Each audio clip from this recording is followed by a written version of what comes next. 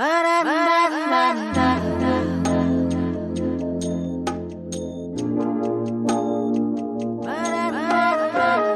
yourself alive. Art yourself alive. Art yourself alive. Art yourself alive.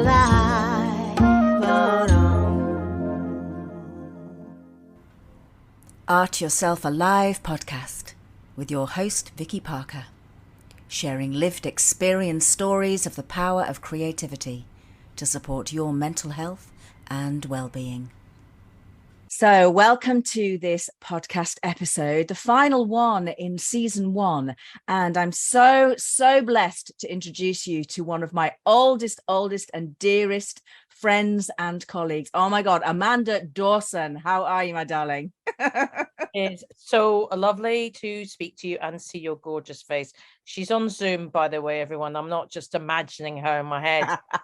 Although your imagination could bring up some amazing stuff, I'm absolutely certain. Now, Amanda Dawson, let me tell you, this is going to be a raucous interview, I'm absolutely sure, full of real grit, because this woman I've known for 21 years, and we both started in the same term as drama teachers at Lister Community School. So I don't know if any of our old Lister students are going to be hearing this. We're going to be sharing this, and I really hope some of them hear it, because we together were an absolute force in that drama department. And I know we touched the lives of a lot of teenagers, and really contributed to their transformation and holistic growth as people through our department. So we're going to get really stuck into talking about that in the later sections of this interview. But just to be really clear about who the wonderful Amanda Dawson is a drama teacher.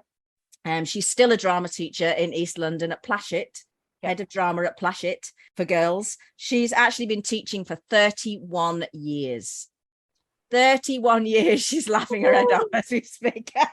Yeah, she's also a mum of 2, lovely girl and boy. And she actually trained in acting at Royal Scottish Academy. And let me tell you, she is one of the most natural comedians you will ever meet. There is never a dull moment with this woman when you are around her. She's got the best sayings and little comments that you can that just match the situation. And I just was so blessed for 9 years working in the same department as her, because it's a riot, an absolute riot. But underneath all of this riot and this comedy and this, this salt of the earth wisdom is a true commitment to kids and to the use of creativity, specifically theatre, to change the lives of young people and to set them on a road ready for their life. As we've said a million times in a year 9, options evening, persuading parents, yes, your child needs to do drama GCSE, isn't that right? And still ongoing. Yeah, it's a battle, isn't it? Yeah, for sure. It's a battle, but once that battle has been embraced, the results that you get for the well-rounded human beings that we sent out from that lovely little school in the East End of London in Plaistow, and I know I'm proud of the work that I did, and I'm sure that you are. When we both worked there. So what we'll do is we'll move into the first section of our conversation, and that is to let people listen to where the seeds of creativity started in you, by asking you to talk about your favorite childhood memories of play. Can you do that for us? Absolutely. I mean, in context, working class Scottish family, and I'm the eldest of 3 girls.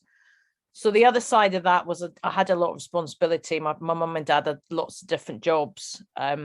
So I had to kind of look after my sisters. So when I had downtime and playtime, which I had a lot, there was 2 things I loved. I loved TV, and I loved being outside and creating. And I used to have a bike, and my favorite thing was to get on the bike and pretend the bike was something else. So it was a horse, or, it was a limousine. And we would spend hours with some of the sort of maybe the local kids, my sisters when they were older, just pretending to be other people. So I'd pretend to be Charlie's Angels. We would pretend to often be different types of superheroes or just characters from Dallas or Dynasty. You know, I'm aging myself hugely here. So Google them, folks that are younger. And that's what we would do. And we would just put on these different voices. I mean, a lot of play that I would do in the house would involve cutting out characters from little catalogs. Remember catalogs? Do we'd make families and we'd, you know, set them around and do that. Or a little bit with dolls, not so much. I wasn't really a doll player, but certainly there was always something where we were creating stories in other worlds that we lived in. That's the things I remember the most. So I was in Scotland recently. My dad was showing me the garden, but there's a little sort of alleyway down the back, and I was thinking, oh, that's where I put a poster of Starsky up on the wall. And I used to come back on my bike and then kiss it because it would be on the, you know, sort of the plank of the fence. So I'm home. I'm home. Yeah. I'm home now from whatever, you know, crime busting we do. You know, I think that's why I love crime books. I'm just obsessed with crime. So I didn't kill anyone as a child. I wasn't like a child serial killer running around the hill foots of Clackmannanshire. But there was an awful lot of that. If it was a bit too rough, I wouldn't like, you know, kids would like swing off ropes into a road. I wasn't so keen on that. But if there was an element of I'm somebody else or I'm doing this, yeah, definitely. So that's my best memories. That and the little families we used to make. It was very, you know, it was very sweet. Yeah. Just good thing about a catalogue, because if you accidentally lob the leg off when you're cutting it up, there'll be another picture on the next page. So we didn't have a lot of money. It was like, here's the old catalogue to play with. So yeah, if I can't buy the stuff in it, I'll cut it out and pretend to wear it, you know. Oh, bless you. Know, I didn't know that about you and Starsky, actually. Oh, yeah. All these years. But that's really funny because there's themes already running through that of home and family. Yeah. And from what I know you are like the biggest nurturer. I mean, you really are the person that would hold things together in the department. Do you know what I mean? You've got that beautiful heart about you. And that's why I've always been really drawn to you, you know, and why we've got on so well. And then that other one is the pretending, obviously. What's that mean to you? Why did you think you needed to do all the pretend stuff? I think for me, growing up in a small place and having lots of older cousins who had their lives almost mapped out, because you left school at 16 and then you worked in the factories or you did an apprenticeship and everything. I really, early on, I didn't want to do that. And I've got a mum who's a prolific reader. She reads all the time. So that's what I did as a kid. My favorite thing was a library card. It's just, you know, I mean, if you say that to anybody these days, it's insane, because there was no mobile phones, there was no internet. And I think I just got into stories so early on, and I just thought, oh, I want to do something else. I don't want to just kind of exist here. So yeah, I think reading, and people slag off TV, but for me it was just this other way into the world, you know. And I could see other people and how they lived in different places. My life wasn't bad. It's not anything to do with that. It just, I always had one eye on the bigger picture, I think. So I suspect that's why I wanted to kind of play around and be other people and I mean, I don't know if this is the right kind of time to take this in, but I used to do lots of impressions as a kid. I mean, they were shit, but I remember being at family gatherings and doing impressions, and people could do you Frank Spencer. Google that, everyone. Oh, do you Frank Spencer? I can't do it anymore because my voice is too deep. You know, me, all that nonsense. But it was just all this, you know, do a family turn. So I used to do impressions and things. So I guess I was always looking to be somebody else, not me, because the other person, I guess, would be accepted. You know, you get a little clap, because if you're from a big family, you know, people are just this hundreds of cousins kicking about. What makes you any more different than the other ones? So this spark of being a little entertainer for the rest of your family was really seeded there. Yeah. We used to just stupid things, like we used to put on really silly voices all the time. So my poor dad, he worked for years in the whiskey industry, and then when he was made redundant, he became carried on painting and decorating for himself. He had his own business, and I remember my mum we'd phone up my mum and do silly voices, right? And then once somebody who actually was a customer phoned up who had a silly voice, and my mum was like, pack it in, Mandy, pack it in, stop it. And of course, so it was just stupid stuff like that, constant, ribbing. And I guess it's banter now, isn't it? But except we just do stupid voices and characters and things. So yeah. So delicious though. So I know, I remember all your silly voices. I mean, I just remember all your stand-up. I remember us doing that stand-up comedy course together. Do you remember it? Yeah. Oh my goodness. You were very good, Vikki, and that kind of Winchmore Hill Mafia thing you did. I think that's got legs. Someone said Winchmore Hill to me the other day there, and I was instantly taken back. Yeah. When I used to live in North London. Well, the thing is, we couldn't, as teachers, we wanted to carry the course on, but we just had too much going on, and we probably brought quite a lot to it, ironically, but it was too much. We had too much going on, like trying to do our homework on the way in, weren't we, in bits of paper. I do remember in that course that I realized that my content was so specifically acerbic against blokes for one. I remember that, and I'm like, whoa, that's just so deep and so intense. So good though. No, I really do like the stand-up comedy training, and of course that really helps both of us in terms of what we became as teachers. Yeah, for sure. And I'm seeing that seed there, that you weren't really afraid at all. In fact, you were empowered by being really seen by the rest of the family for the turns that you were doing. Yeah, for sure. Yeah, that's really clear, and you've carried that on all of your life. You are that person in a room. Oh, you definitely are that person in a room. You don't see yourself like that though, do you? No, I don't. And I was talking to someone the other day, and I was just saying, we're talking about public speaking, and I said, look, I'd stand in front of 2,000 people and talk. I don't care, but I don't know whether I want them to listen to me. I think I enjoy it. I really enjoy it. So that's really interesting. I hadn't really thought about it till now when you sort of talked about, well, your childhood play. And of course it completely connects. You're a genius. It's true though, isn't it? Yeah.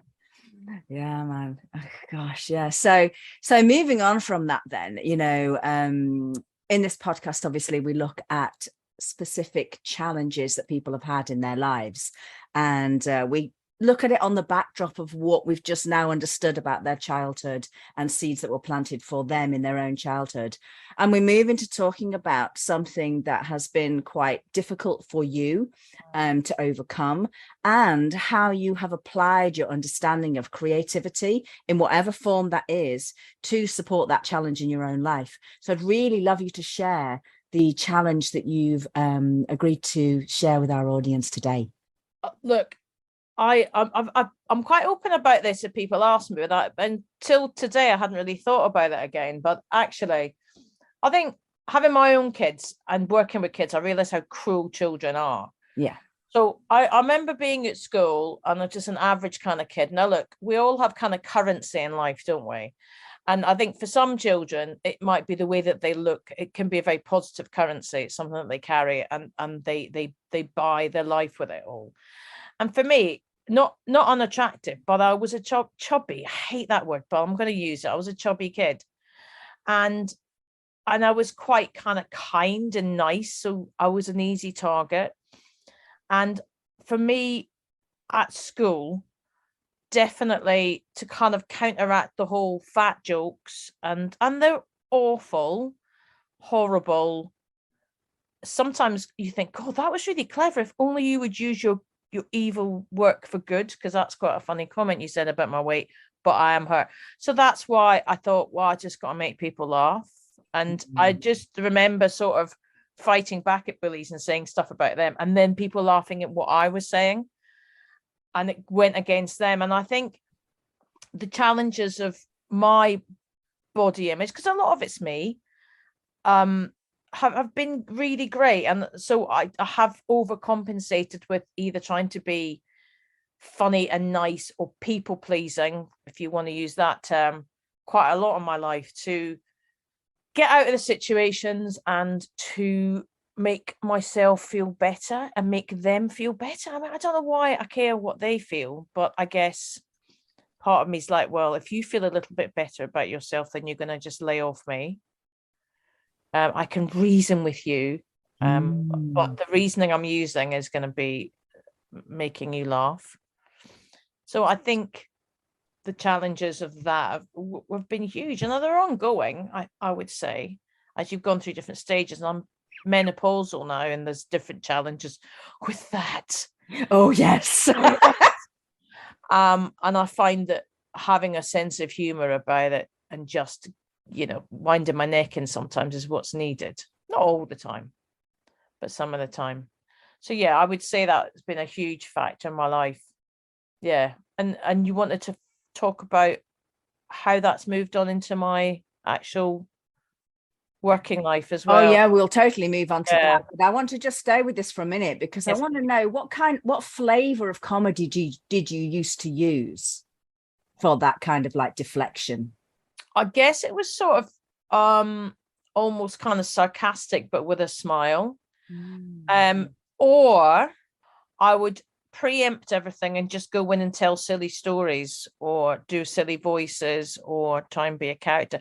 Again, TV comes into all. I might start talking about something I'd seen on TV the night before and start reenacting it. That's always a good one to get people talking to you when you're a kid, And if it was something that they'd seen or that I knew that they liked. I remember Star Wars coming out. Star Wars isn't funny, so bear with me. And then just finding lots of sort of people that I could talk to at school about Star Wars and how much we loved it. And we used to write stories. Now, of course, that's fan fiction now, isn't it? And it's very trendy to be geeky and very Big Bang Theory.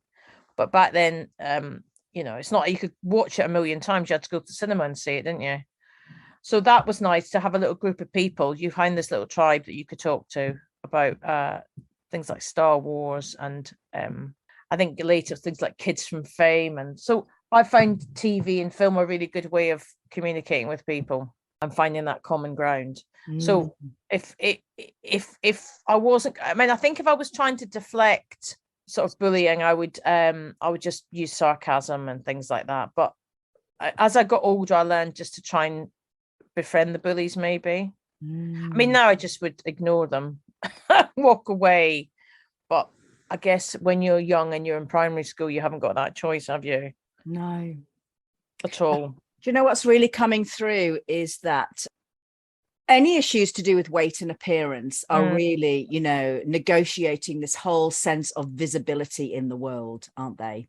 And how people are seeing you. And you've already rooted in our conversation your ability to stand and be seen and be visible in your family situation, and that be an empowering position.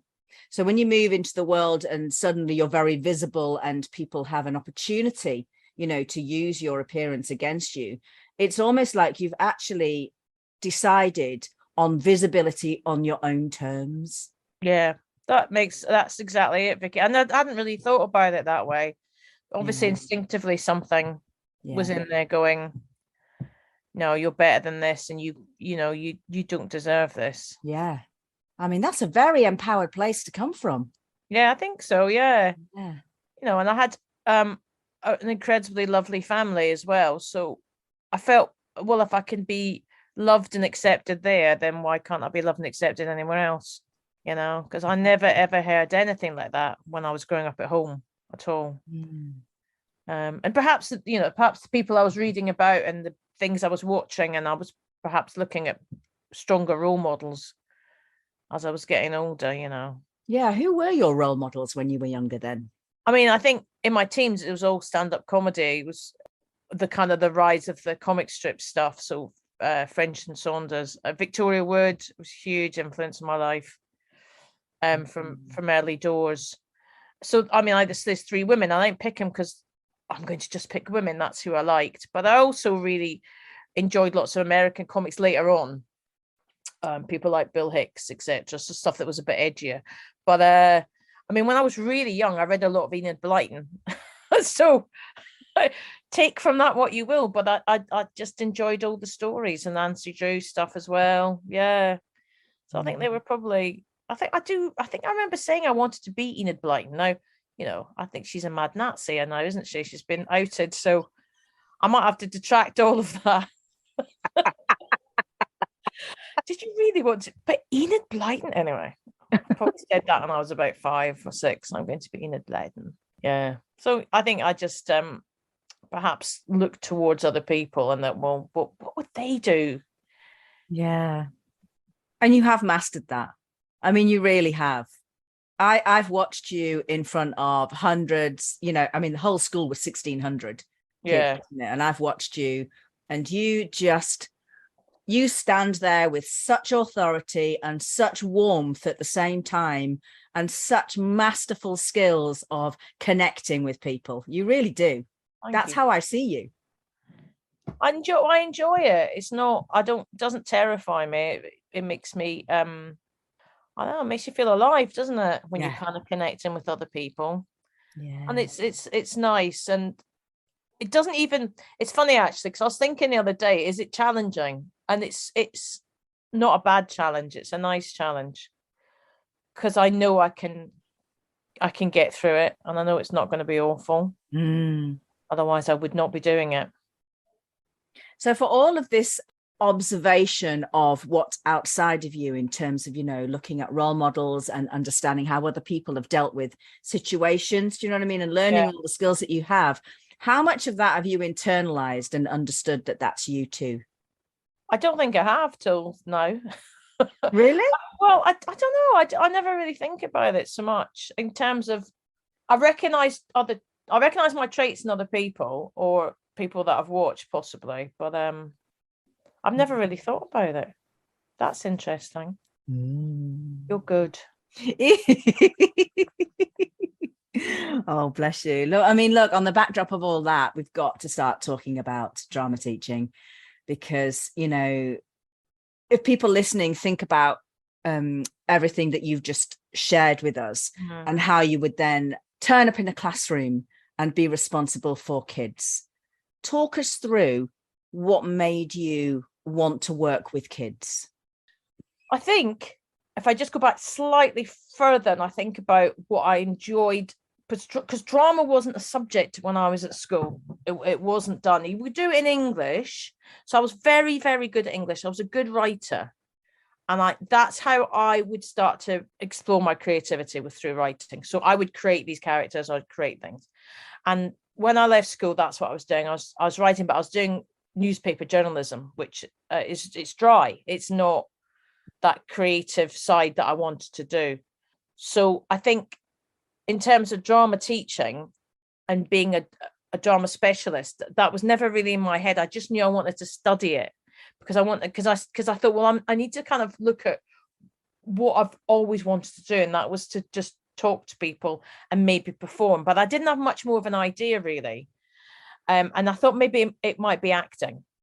And I was, in the meantime, I was doing lots and lots of different drama groups, working with kids with Down syndrome. I was working with kids with dyslexia. I was working at the Edinburgh Acting School doing classes, first of all, and then she asked me so Anna Tinline, who's amazing, who ran the Edinburgh Acting School, she said, I think you should teach. And she paid me to do classes, and I was doing that all the way through drama school. And also at drama school, you have to do the teaching element, which I loved. In fact, there was another teacher at Lister before us called Odette, who was on my course, and we taught at the same time doing the Saturday classes. An amazing teacher. Anyway, I had decided that I think I'm just going to teach, because I just got such a kick out of it, and it came really naturally. There was lots of stuff when I was at school. Oh my God, I couldn't get my head around maths and sciences, anything like that. But this just suddenly, just like, And I watched Anna teach a few times, and I got my own ideas, and then I just found my own voice in the classroom. And I just found I could be me without, I think if you go in as a teacher and you put on a persona, it will not last. You will not last the course. It is definitely a marathon, not a sprint. So you have to go in and be yourself. You have to go in. Obviously, you've got to know what you're going to teach and where you want them to be. But also, you've got to have this blank page of lesson plans on the other side that you go, well, actually, what if that doesn't work? What am I going to do? And that's where teaching comes in. It's because you've got to listen to the kids, look at what they're doing. What do they need? What do they need from you in that hour? And then eventually, as you and I know, as the the weeks and months go in, you get to know what the kids are like, what their home lives are like, what they're like before they walk in the door, what happens when they leave that door, because it all impacts everything. The dynamics can shift like that, and you have to be able to work your way through it. And God, you get it wrong so much. So many times you'll get it wrong with young people. But when it works, it's something magical about it all, you know. And I've laughed. I've done, like, remember we used to do rehearsals with the device pieces. I remember with a few kids who I still talk to now, and I remember being in one rehearsal and we couldn't stop laughing, like to the point where you couldn't breathe. And the creativity that came from them, so they blow me away sometimes, you know, and they come back to you with something they've created. You're like, oh my God, where's that come from? It's a beautiful thing, isn't it? It really is a beautiful thing. So let's delve deeper into that. This whole, I mean, you're obviously clearly sharing how magical it is for you and for them. I'm also just interested in just what you said, is how you've looked all of your life for other people and personas of other people and other characters and living through other characters. But one thing that you've just said is that when you're a teacher, you can't be a persona. You've got to be you. That's true, actually. Absolutely. And you really do. Because I remember when I did my teacher training, somebody said, if you've got a gimmick or whatever, or even the way you look or whatever can attract them, will last you the first 5 minutes. And after that first 5 minutes, you've really got to know what you're talking about. Yeah. Because they know when you're bullshitting, they can smell it on you. Oh, absolutely. If they don't want to do drama, they don't want to do your subject. And we've all had horrific lessons where the behavior is off the scale. Friday afternoon with year 9s. What the actual hell? You know? And you just, so and you've got to know when to just pick your battles and just make sure they're all safe and well, obviously. But sometimes you got to kind of retreat slightly and go, right, let me just look at this situation. But they do. They know. But, you know, we had the flexibility to do that in our subject, because our subject of drama is life skills, a slice of life skills. That's what it is. It's about the seeding, the foundations of the way that you communicate with yourself, the way that you access your own emotional life, because you're going to need those resources to be able to bring that through to character, the way that you connect with other people, the way you negotiate, your communication skills, all of those amazing things that we know stand you in amazing stead to be able to be a fully sovereign human being who can speak your truth, who can, you know, improvise in situations like you're just talking about, be flexible with your thinking. All of those skills that all of us drama teachers and theatre practitioners know are so useful. But of course, when they come into a drama class like they do on a Friday afternoon, they bring their full life and their full self with them.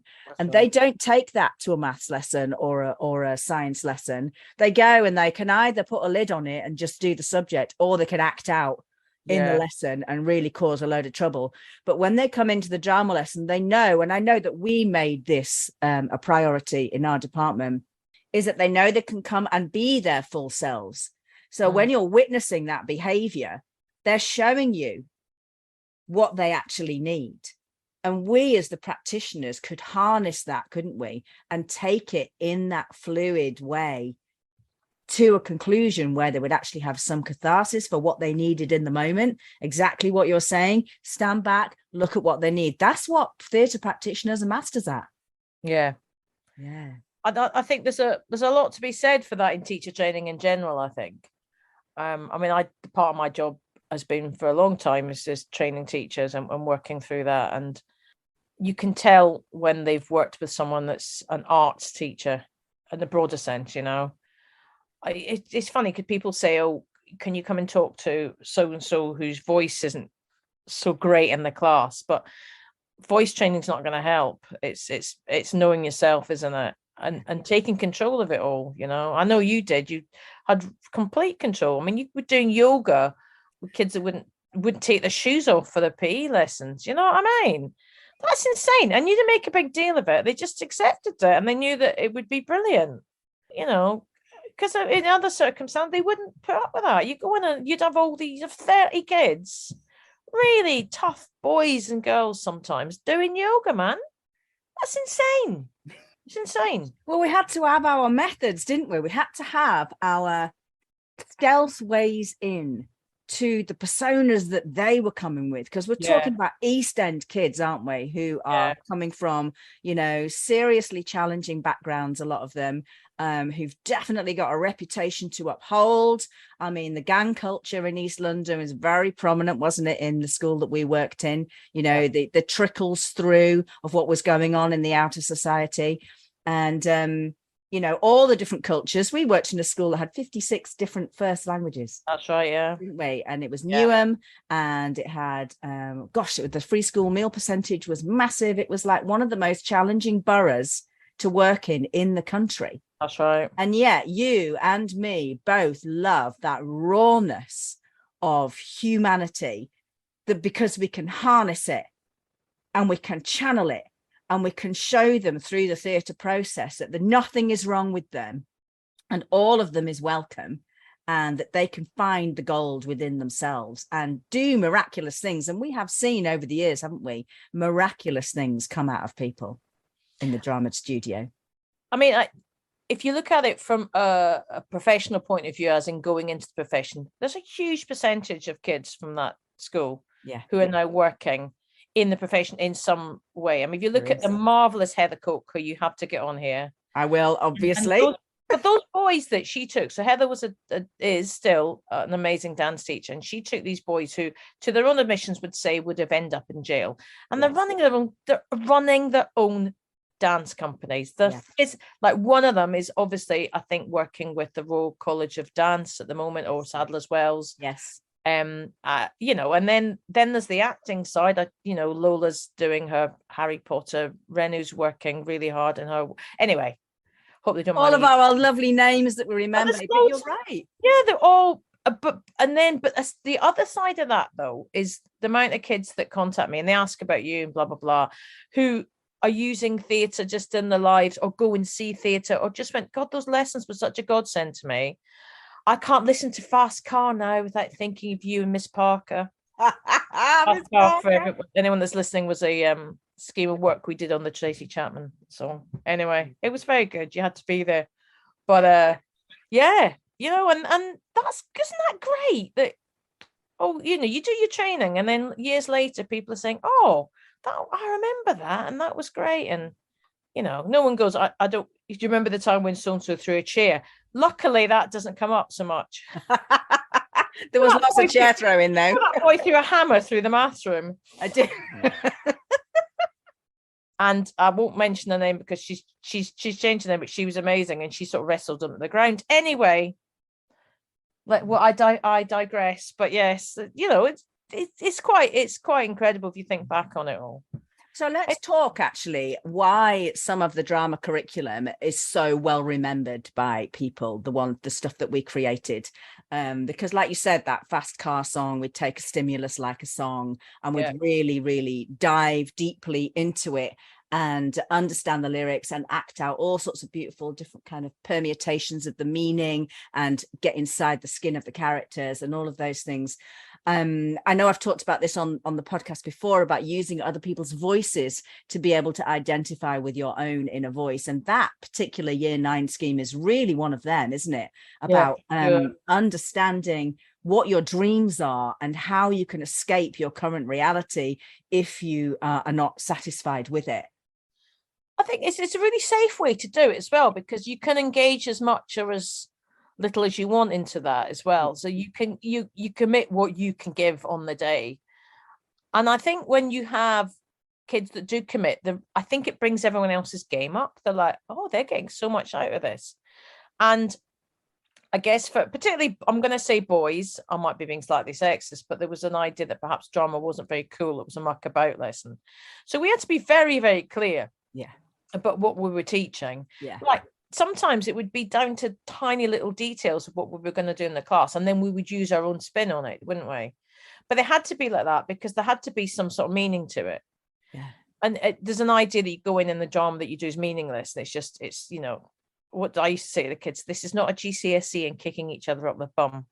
This is not an excuse for you to run around and just be mindless. But if you do, we've got something you can do with that. You can do this game, and you can be mindless, but there's a little bit of structure there, and there's going to be an outcome. You're going to go, now I know why I did that. So we were quite careful about the work that we picked. And then there was the other stuff around, like, the Shakespeare theatre stuff that you did, the festival, the plays we put on, the absurdist play that you did. So for kids that wanted to kind of expand and become part of a theatre company, there was other stuff that they could do.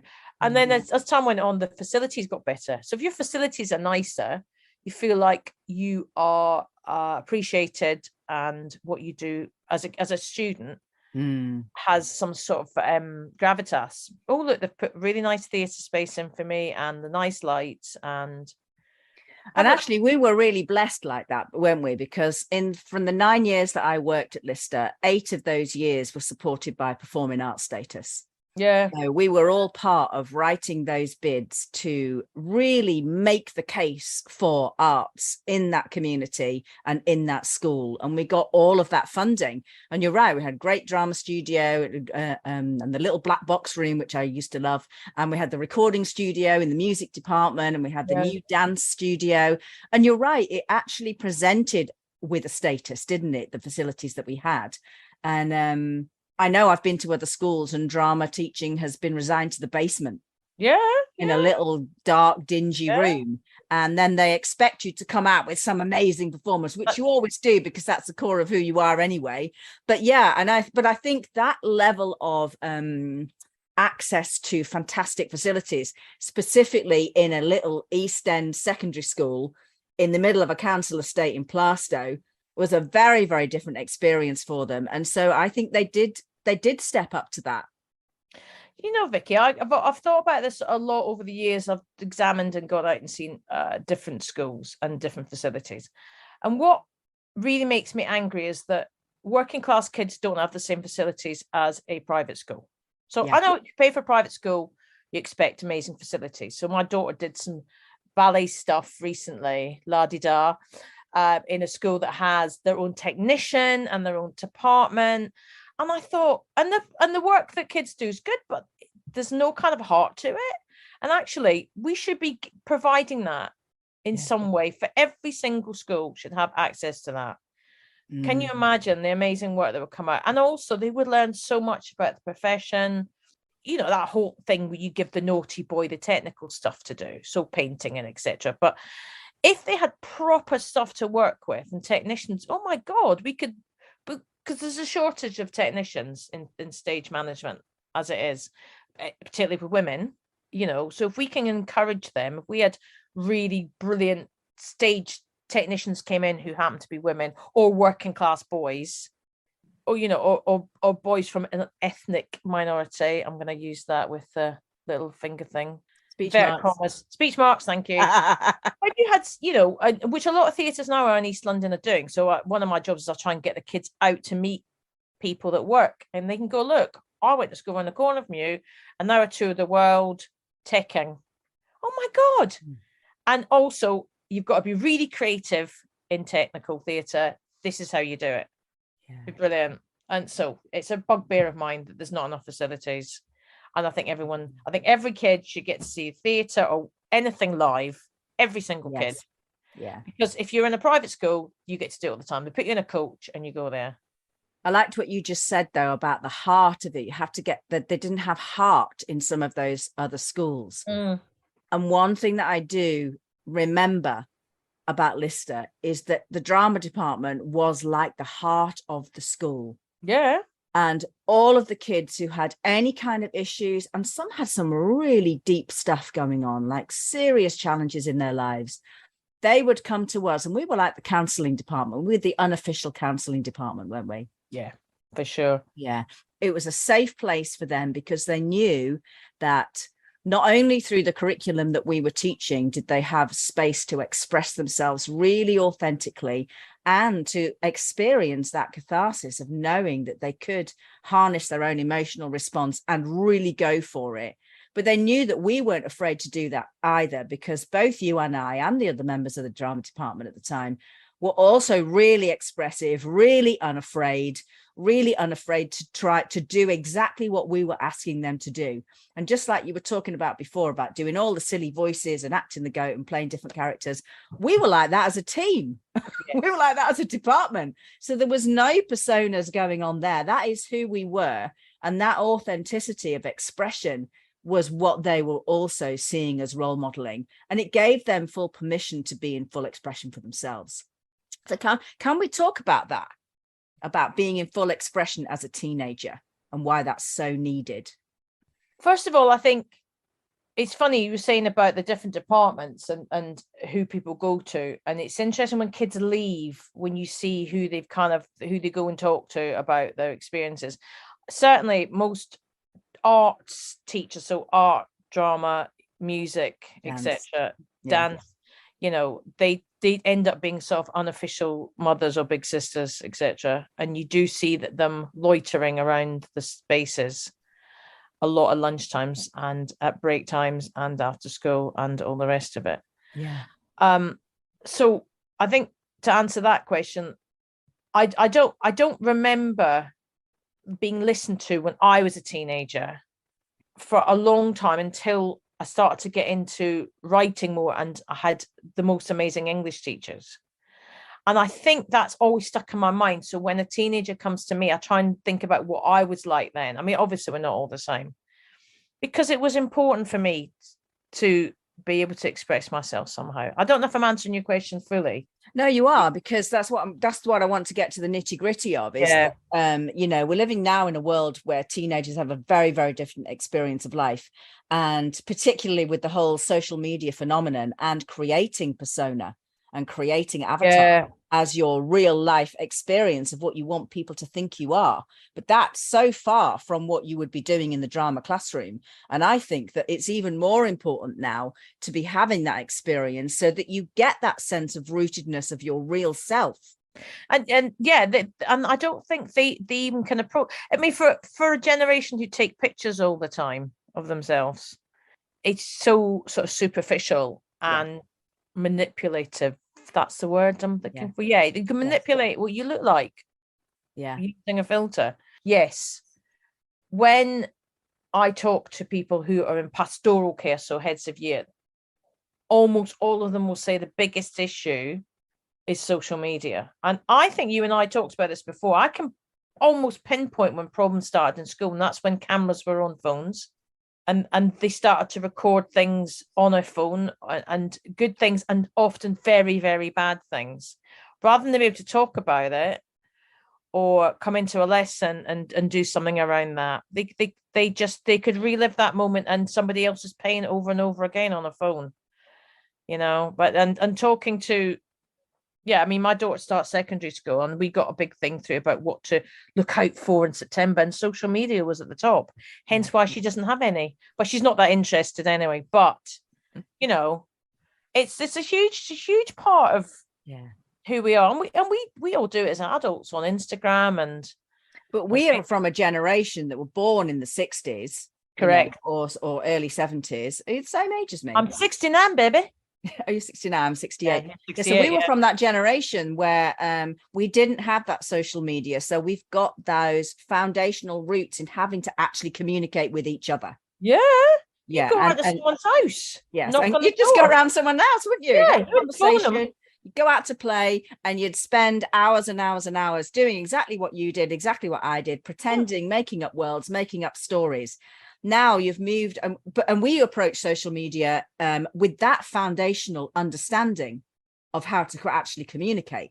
Yeah. But they're approaching social media without that foundational understanding, because it's been their whole life. That's right. Yeah, absolutely.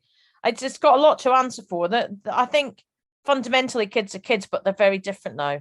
I mean, and lockdown has just changed it all again, completely changed it all again. And the kids have come back in and they seem younger somehow, and then older.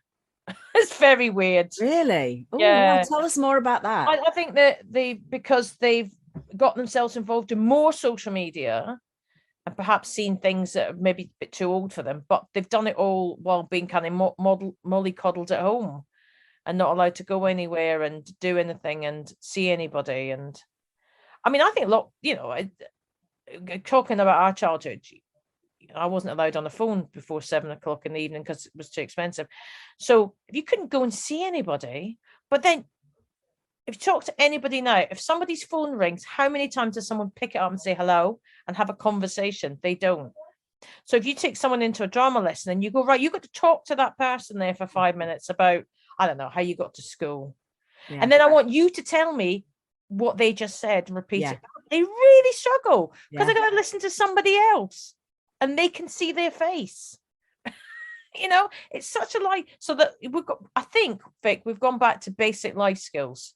Yeah. That's what it's done. We've had to go back to basic. These two human beings are going to talk to each other and interact. Woo! I know. And this is a lesson in it.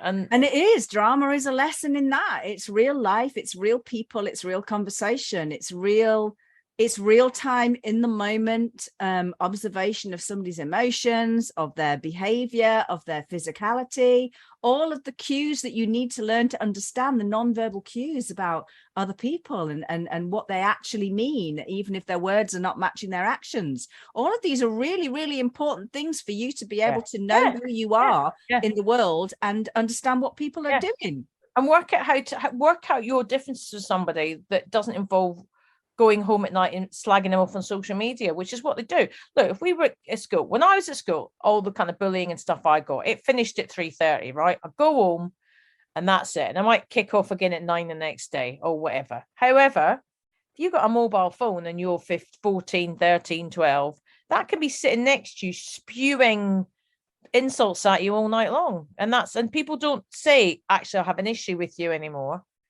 They'll wait till they go home and then set up a page about you or say horrible things. And that skill of kind of talking it out with somebody's gone. It's just gone. So how do you see the future of the subject of theatre then in schools now going forward? I think from a political point of view, I'm really worried about how the present government's going to look at the arts and cuts in arts and cuts in further education arts. A lot of degrees are being cut now. Yeah, I know Roehampton's losing their drama course, which is an amazing course. I think we've got to keep creating the theatre makers of the future, and we've got to get people watching more stuff. We've got to bring ticket prices down, unfortunately, or have more deals because kids can't afford 40 quid to go and sit at the very back of the Lion King. Not that I'd go and see the Lion King. I think we have to create more courses, more opportunities. And I think money's a huge part of it all. It's never going to go away, though. And if we've got amazing head teachers, my head teacher's fantastic with the arts. And I've worked with lots of brilliant senior management who want it to run. But they have to, keep supporting the people in the schools. That's why I stay where I am, because it's so supported. I'm so lucky. But everybody needs to, whatever your subject is. And I think we've got to stop thinking about it being a non-academic light subject as well. It's an easy option, soft option. That's the word, isn't it?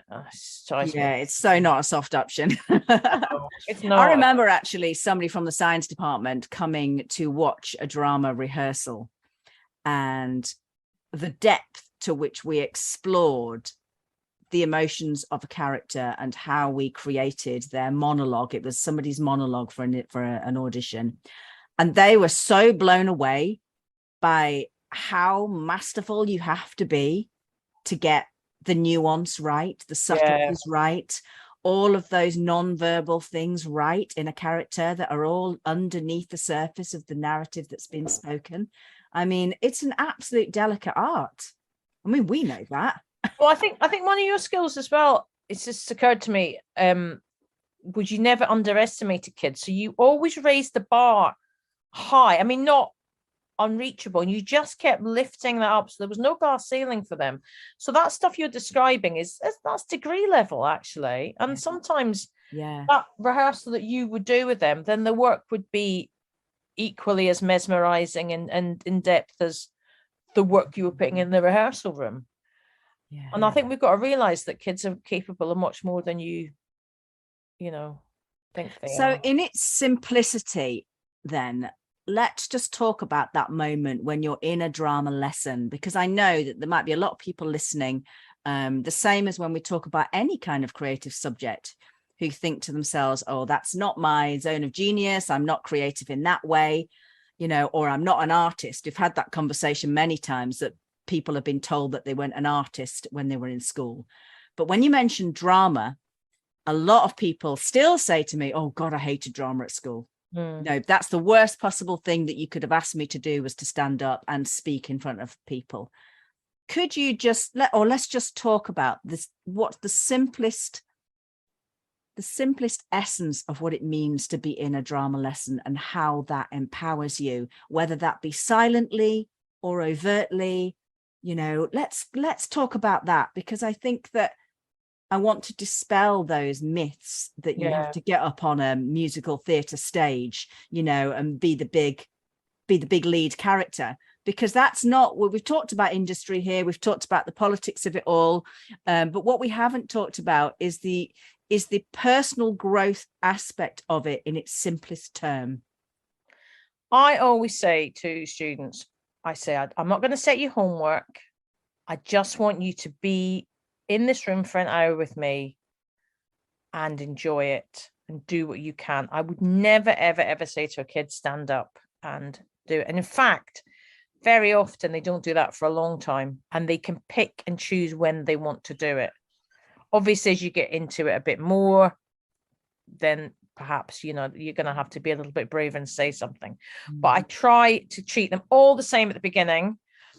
I try and make it fun, which sounds so wanky, but I think you just need to have something that's a bit enjoyable, and you can kind of play. And we know that using play is the best way to learn in many aspects. And if you're not really someone that can play so much, then I'll try and find games and activities that will suit everybody. We try and do some sort of problem solving. You get the feel of a group quite quickly, don't you? Yeah. Are they competitive? Right, I'm going to play that game where you have to get into a row of, in your height order and everything.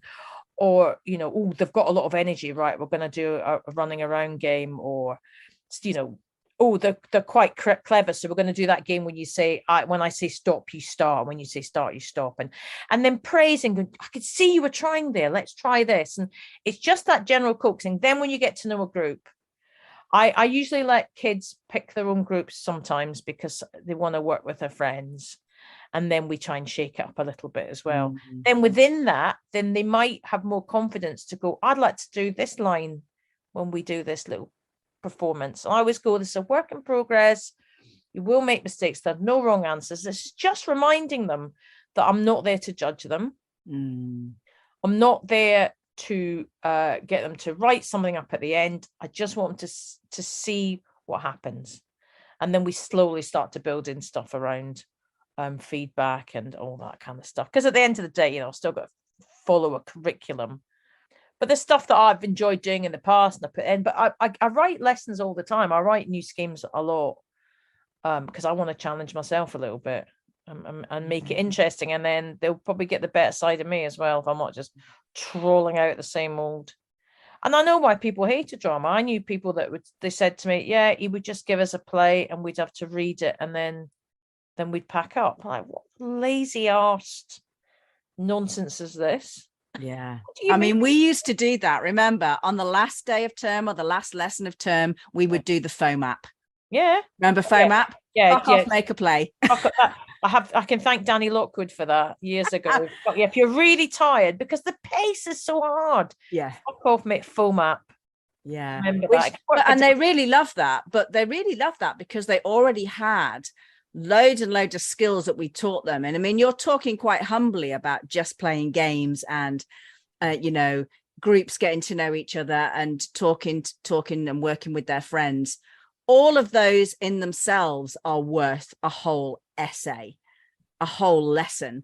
This the the delicacies of the human interaction and what happens when the group process breaks down, and the United Nations level mediation skills that you need to have as a teacher and as a group leader.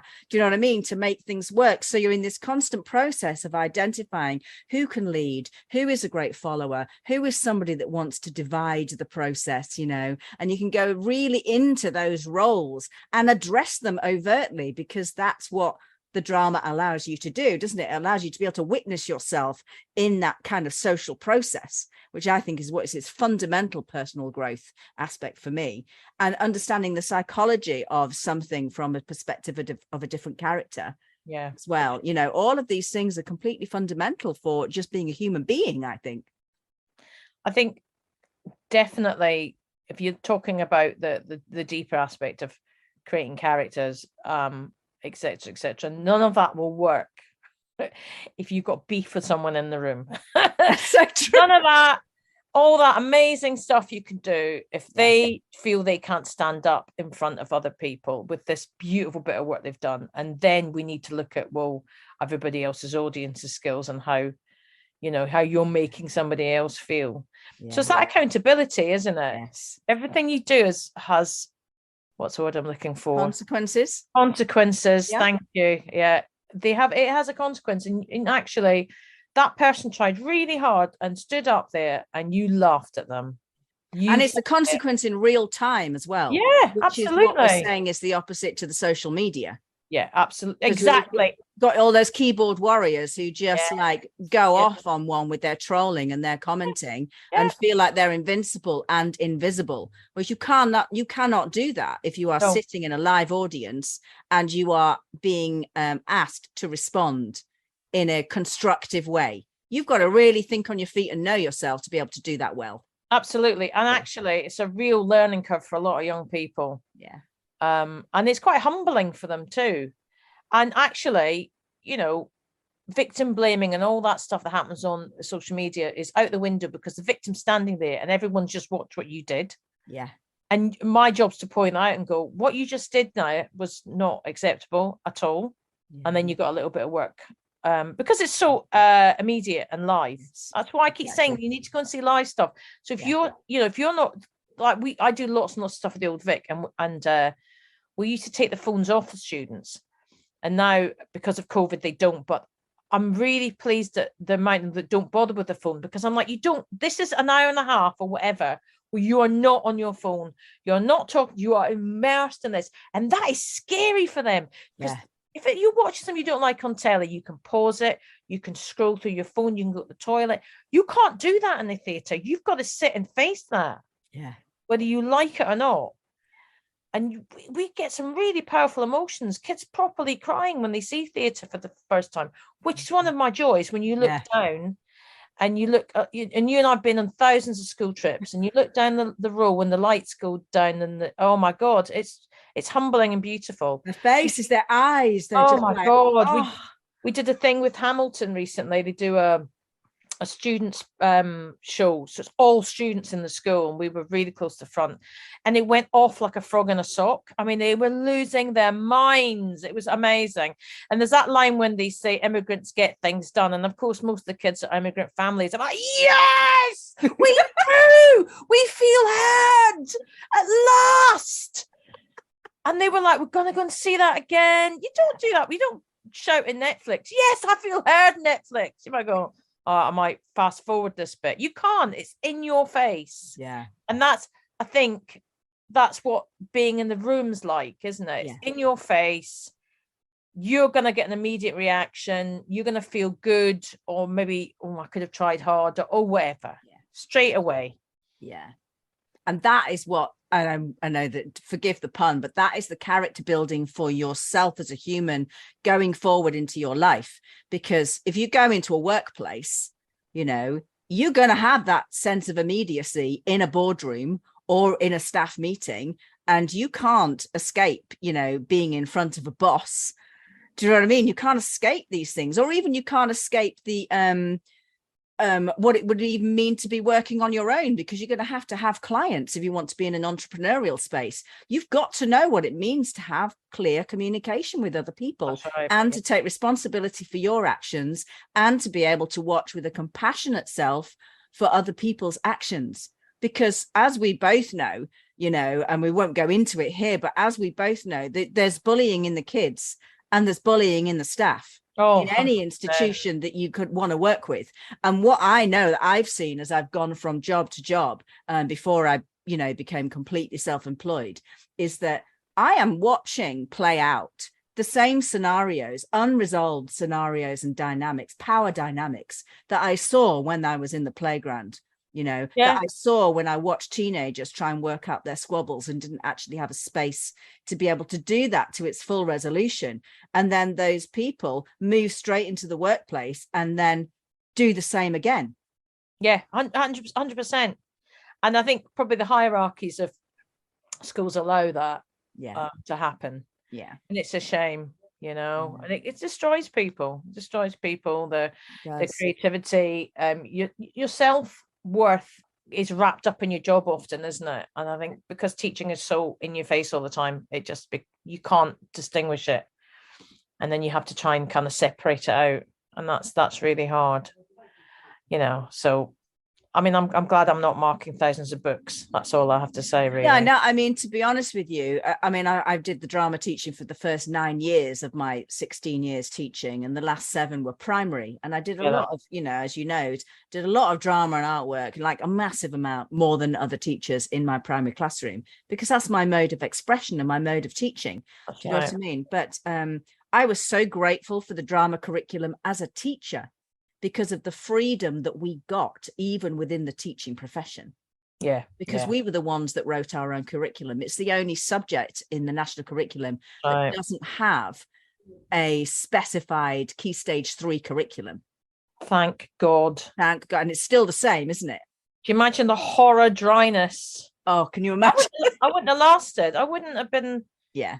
I mean, look, we need the structure. You need to kind of know where you're going. You got to follow it all. I get all of that, and I do all that, and I do it really well. But yeah, it's got to have some sort of heart to it, and you've got to be able to.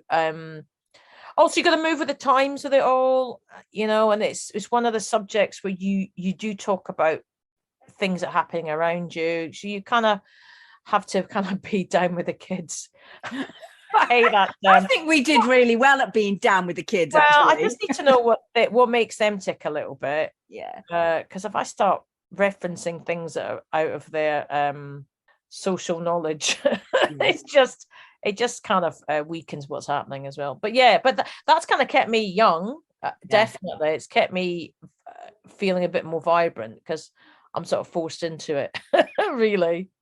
So do you know what? Let's just talk about this then, in a two-pronged way. Yeah. One would be about what you might say to teenagers now, or parents of teenagers now, who might come across this podcast, in terms of why they could use or should really think about taking drama or valuing the drama that they have in their school.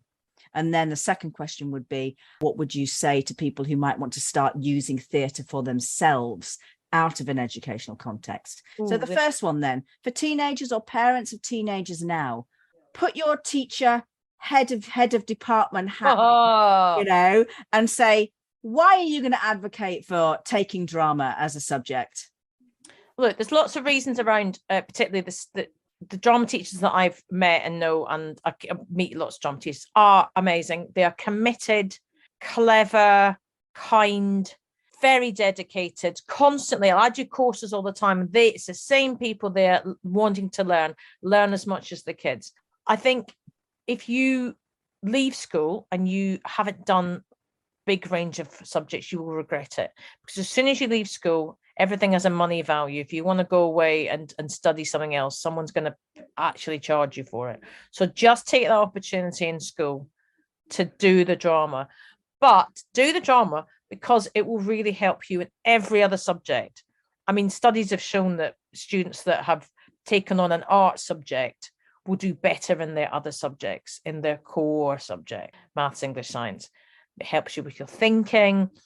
It helps you with your creativity. And you and I know that that's the commodity people want. They want you to be creative. They want you to be creative. You know, you can get a million people that are brilliant at maths, but you want that one or two that can just be creative. And I know maths is a creative subject. I get that. But you're not going to have that almost kind of freedom of a drama room anywhere else. And, you know, try. You might actually love it. You know, you might really want to kind of carry on. You might just discover something about yourself. But take opportunity while you can. I think that's what I would say as well when I was at those year 9 options evenings, is that it's about discovering about yourself, because definitely taking drama GCSE in a school or drama A-level is not about you wanting to become an actor. Mm-hmm. It's about you becoming a multidimensional human being. I think I might at times parents say, but what will it get them? What will a GCSE get them? What will any GCSE get you? Yeah, that's so true. It's the next bit. It's just get it in something that you enjoy. Yeah. Do something that makes your heart sing and that you look for. You go, oh, good, I've got this subject next. Oh, yeah. You know, and it honestly, guys, it doesn't matter. It's just the next key. You know, no one in medical school is going to go, hang on a minute. You can't be a doctor because you did drama. Actually, the amount of doctors I know that have studied A-level drama, GCSE drama, it's huge amount. Or art and design, you know. There has to be a balance in your life, doesn't there? I mean, we're going to be advocating for the arts all the way, obviously. And that's the reason why this podcast exists. Yeah. Because to art yourself alive is to find all of those layers of yourself that make you completely, you know, the person that you are. You're not an automaton. You don't need to just be in a job for 40 years and do the same thing and have never discovered, you know, the subtleties of yourself or the joy within yourself or all the colors of yourself. That's why I advocate for it. Yes, it has an immensely healing and therapeutic aspect to it if you use it in a conscious way, like I've been doing, you know, with the integrative art psychotherapy and the work that I do.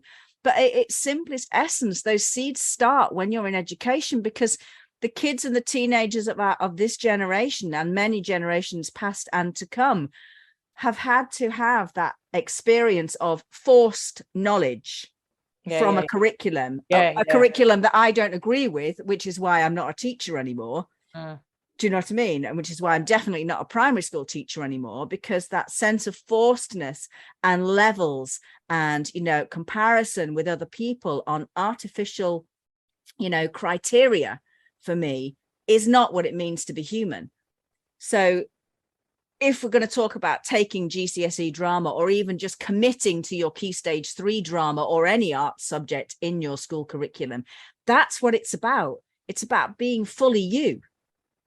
Because if you don't have that poetic aspect to life or that, you know, that opportunity for catharsis in a way that has no words, you're missing something. And further on down the line, you will wonder why you're a hollow shell. You might have a lot of money, but what else will you have? No, exactly. And, you know, I often think about what it would have been like for me to have drama when I was at school. Because, again, there's that idea that you have drama in school just to put on plays. So they would put on plays and it would just very, very rarely at my school. And it would just be, you know, the kind of mouthy kids and the quieter kids or the more insecure kids didn't get heard or seen.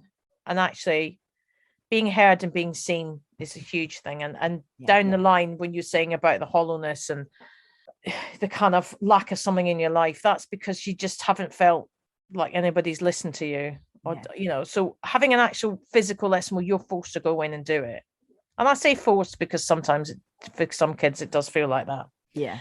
I think it's important, actually. And it's not just because you're going to do Gregory Girl in year 1, you know. You might get to walk on the stage and walk off, but the big loud kids in the playground are the ones on the stage just hamming it up. And funnily enough, the big loud kids in the playground, they'll come in and think that they're like a shoe-in, you know, for their for getting the lead roles. That's right. But they're the ones that don't have a sense of a secure core sense of themselves, because it's all bravado. And when you actually put them in an ensemble situation where nobody is the lead, they really have to learn to come from within themselves. I think this might go into the next part, but that idea that parents will say, well, it will help with their confidence. Yeah, I think so. I think it can do, but you have to go through a process with it, and you have to trust the process. Yeah. And I don't think confidence can be learned. It's not something you can just pick up a book and learn it. You have to kind of go through it all. So it undulates. I've got an 11-year-old who is autistic, and she has been doing drama for years. Not because I made her, because her brother didn't want to do it. Yes, in fact, I remember asking her. Yeah. She's never seen you as a drama teacher. She has no idea of your expertise in that area. No. But for her, and she's dyslexic, she has found drama because she just does clubs. She's been doing lots of clubs, and because she can learn scripts really quickly because she can't read them and things like that. And I see a little bit of me in that kind of playfulness that she does, and the playing around that she does. But with the autism, I think that the drama has really helped her, because she doesn't try and mask it when she's in a lesson. Because obviously with girls, they try and copy, and they just do what they think you want them to do. So we've had loads and loads of kids with different needs. Yeah. We had 2 deaf students had the first ever A grades in the country for anything. Yeah. And that was a learning process for the other students. Yeah. Because we made them learn what it was like to be deaf and to learn British Sign Language. We made them get on their level. So it's that levels of participation. We've had kids in wheelchairs. We've had kids with stammers. We've had kids that couldn't speak any English. Yeah. Because then it doesn't matter. It does not matter. And you find a way through it. Yeah. You find a way through it.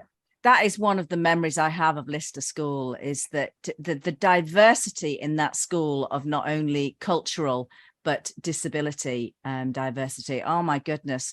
The amount of stuff that we had to do in order to make that an inclusive space. That's right, yeah. And yet the simplicity of it, because the drama can hold all of that, because you can just be exactly who you are, and the narrative can go in the direction that the collective takes it.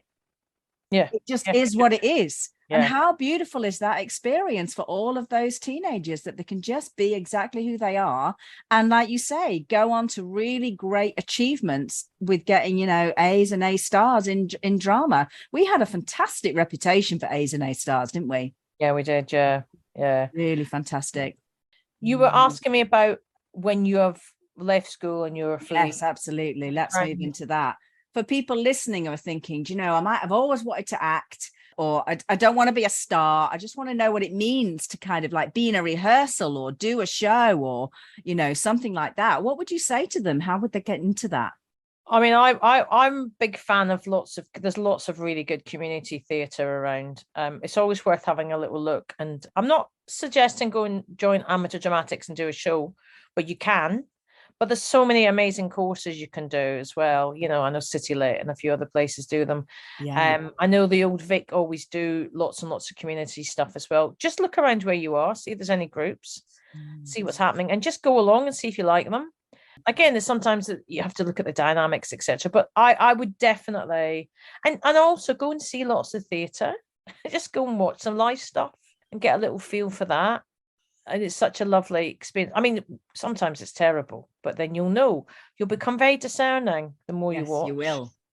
Kids do that. They get really discerning after a couple. They go, and they can talk about it. And you go, yes, correct. But I didn't tell them that. They've done that because they've done the hard work of sitting through a piece of live theatre. So go and see some stuff. Check out some courses nearby. And if you like amateur dramatics, is a great way of learning, because you do start at the bottom. You have your kind of shining lights, but then you might decide there's technical stuff. But there's lots and lots of stuff out there. You got to do a little bit of Googling, but definitely go and see some stuff. And it would be the same skills that you will learn as you would have learned in a drama lesson, because it's always going to be about how you respond in a group, how you communicate with with the other people, how much awareness you have of yourself. I mean, there's nothing like becoming a character for learning personal awareness. Honestly, it's nothing like doing like run around you games when you're 45 as well. And the child in you just comes out.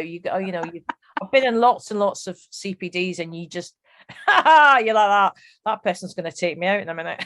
Just run up the wall. That's true. That's why I start this interview with that inner child memories of play, because those seeds are still in there with everybody. And if you're really looking for a way to unleash, that wild inner childness of yourself, then go to something theatre related, go to a drama group, because you're absolutely right. I mean, I'm 53 now and I cannot still get enough of running around playing tag or, playing that bloody stop-start game. Oh my God, the amount of fun I have. But it's that frustration. And we don't play, we don't do board games or anything much anymore. I mean, I might be wrong. Most people are on their phones. And that thing when you were a kid and we used to play Monopoly and my sister would lose her rag and throw the whole thing. But sorry, Sarah. She's very competitive, but she's very good at it. Yeah, just being able to, all of that's gone. It's a shame, really. Yeah, I think that's what we need. And I know the places where I do my work now and the festivals that I work at, just finished working at All About Love Festival in the kids' theatre tent. And it's like, the amount of adults that came in with their kids to watch the master storyteller that was at work, and, all a story that reaches all levels, adult and children, where they really have got their skills down. It never gets old. It's always fun. And I think that's what we definitely need to remember to play. So you said stories there, and I was going to say that earlier. And that's the thing about drama, isn't it? It's telling stories, and it leads into the whole being listened to, and letting you know that you're only a small, tiny part of a huge world with everyone's stories, and using stories as a stimulus in drama is so important. And then it leads to them telling their own stories. That's why we get a lot of kids come out and going, do you know that thing we talked about in drama? Well, that's happened to me, or I know something about that. It's so storytelling, it's a huge thread. Helps you with your identity, and definitely that feeling seen and heard. Well, listen, my darling, oh my goodness, we've gone on longer than I normally do, but it's such a pleasure to talk to you. And I mean, for 9 years I had you on a daily diet. Do you know what I mean? And I'm so lucky. You had me, obviously, but there we are. And I'm so blessed to be your friend. And I'm so blessed that you wanted to share, this expert knowledge that you've got. And even in this conversation, it's just comes across so beautifully how humble and committed you are. I mean, 31 years of working with kids and giving them the seeds that they needed to grow in their hearts and their selves and their personalities. It's a mammoth task. It's a massive achievement. I do love it. You love it. I mean, I can't get up and down off the floor as much now. No. I sort of do this thing with I sort of roll into the corner and then just kind of have a chair waiting for me. Do you remember we used to be on those chairs with like the wheels on them? I just wheel myself in my cup of tea. It's just got worse now. Listen, we are still making magic wherever we are. Thank you. And if any of the kids that we used to teach ever hear this, what an absolute blessing that would be, because I know the memories that I took away from adding something to their lives are absolutely gorgeous, and you're still ongoing and doing that. And they taught me as much as I taught them. And that's what the drama space is about, because everybody is equal in it. You all start and end in a circle. That was always so important to me. And as I've moved into, working in the way that I do now, the circle, the unity, the shared experience, the shared collective being seen and being heard, the shared understanding that we're all in it together. Like you just said, we've all got our own stories. Everybody's stories are so unique, and how delicious is it to honor them? Yeah, absolutely. Yeah. And it's been an absolute privilege and a pleasure, actually. Yeah. And the amazing parents we've met along the way. So just lovely people. Lovely. Totally. Now, I mean, you're unusual in terms of in comparison with my other guests, because you don't offer services to other people. You're not on social media. You don't have a website. You are just a legend in your own living room, my darling. Do you know what I mean? So I feel really sad for people that they won't be able to reach out and find out more about your work unless they come and send a child to Plastic Girls School. That's right, But, this is also a podcast about all kinds of people and how they're sharing their wisdom in the channels that they're sharing them. So just to really honor that there are beacons of light like you within the education system, you know, and that for parents to really trust that and celebrate that. Thank you, Vikki. Oh, you're welcome, my darling. So we're going to bring this to a close, and I'm just going to say thanks again. And I hope the listeners have really found something that's planted some seeds for them about personal expression and theatre and warmth and dedication to other people's growth, because that's the business we're in, baby. All right then, my darling, I'll see you soon. Bye. Thank you, Vikki. Love you. Bye.